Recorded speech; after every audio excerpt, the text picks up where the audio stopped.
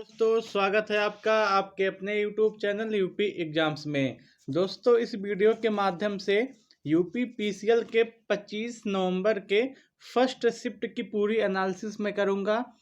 मैं आपको पहले बता देना चाहता हूं कि पेपर के लेवल में कोई भी बदलाव नहीं किया गया है। जैसे आपका 21 नवंबर को पेपर आया था, सेम उसी पैटर्न पे उसी लेवल पे आज 25 नवंबर का भी पेपर आया है। बात करें इसके प्रत्येक सेक्शन में, तो सबसे पहले जीएस की बात करते हैं। जीएस का लेवल आपका जैसे पहले आ रहा था वैसे अब भी है, थोड़ा हार्ड लेवल का है।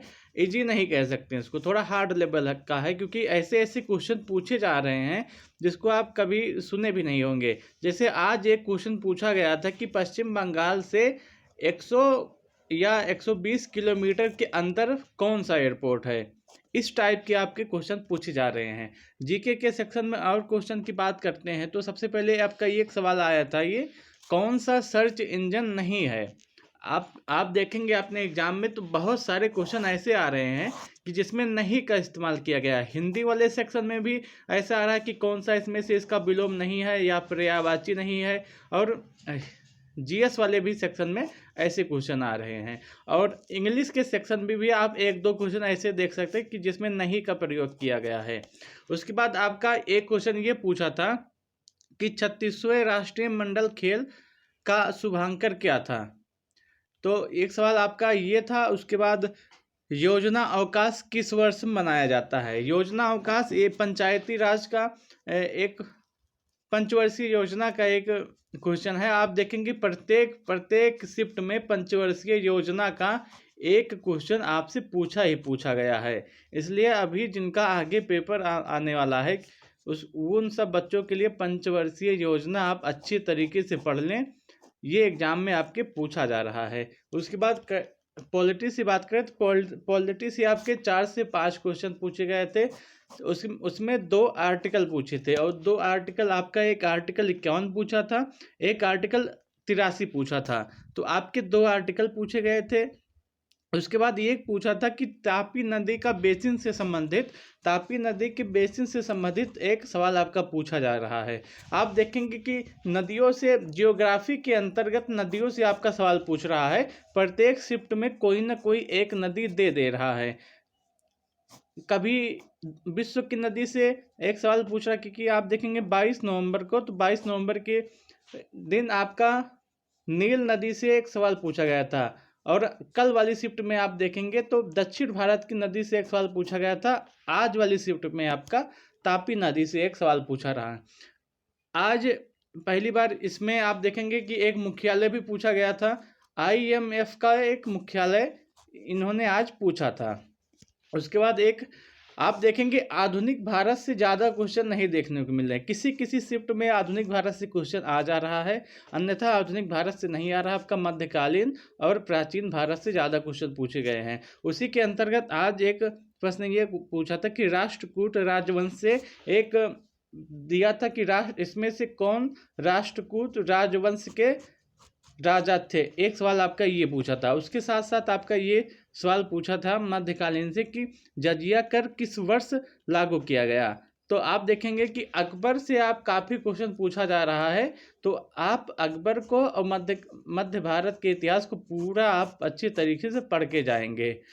पिछली शिफ्ट में आपका अकबर से एक क्वेश्चन जरूर से जरूर पूछा गया, इसलिए आप अकबर को पूरे अच्छे तरीके से पढ़ लीजिए। उसके बाद आगे बात करते हैं तो एक क्वेश्चन एयरपोर्ट से पूछा गया था कि एक कौन सा एयरपोर्ट कहाँ है, इसलिए आप इसको अच्छे तरीके से पढ़ लें। और एक सवाल आज की शिफ्ट में ये पूछा गया था कि राजस्थान का कौन सा जिला पाकिस्तान के साथ सीमा साझा नहीं करता। तो आप अगर मैप देखे होंगे तो आप इसको आसानी से कर ले जाएंगे।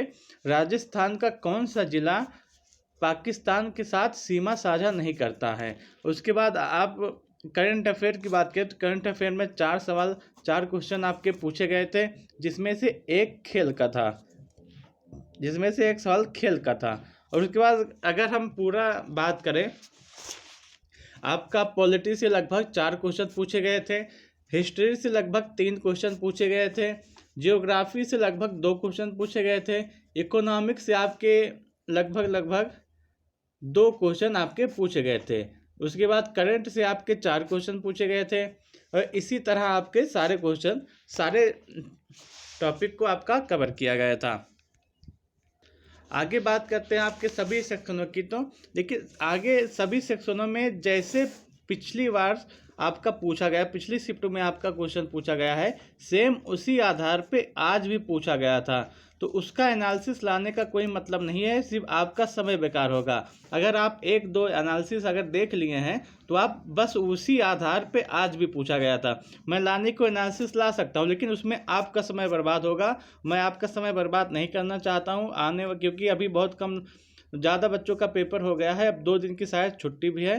तो आप अच्छे से अपनी पढ़ाई कीजिए और इसीलिए मैं आज अन्य जो आपका कंप्यूटर है, जीएस है, कंप्यूटर है, आपका इंग्लिश है, हिंदी है, इसमें कोई नया बदलाव नहीं किया गया। जैसे पहले पूछा जा रहा था उसी टॉपिक से आज भी पूछा गया है, कुछ नया नहीं पूछा गया है। कंप्यूटर में अगर आप देखेंगे तो एमएस ऑफिस से ही सारे क्वेश्चन आपके आ जाते हैं। अगर आप एमएस ऑफिस के अंतर्गत जितने भी आते हैं, जैसे एमएस वर्ड हुआ, उसके बाद एक्सेल हुआ, उसके बाद पावर पॉइंट हुआ, अगर आप इसी को देख लेते हैं, इन्हीं सेक्शन को, तो आपका 20 क्वेश्चन, 18 से 20 क्वेश्चन आपका इसी एमएस ऑफिस से ही बन जाएगा। उसके बाद इंटरनेट से क्वेश्चन पूछ रहा है, उसके बाद शॉर्टकट की से पूछ रहा है, ईमेल से क्वेश्चन पूछ रहा है। तो आप देखेंगे, आप अगर आपको देखना है तो आप पिछला वीडियो उठा करके आप पूरा एनालिसिस देख सकते हैं। ओके, आपको वीडियो अच्छा लगता है, आपको लगा हो कि थोड़ा सा वीडियो इन्फॉर्मेटिव हुआ है, आपको फ़ायदा हुआ है, तो आप चैनल को ज़रूर सब्सक्राइब कीजिएगा और वीडियो को ज़रूर लाइक कीजिएगा।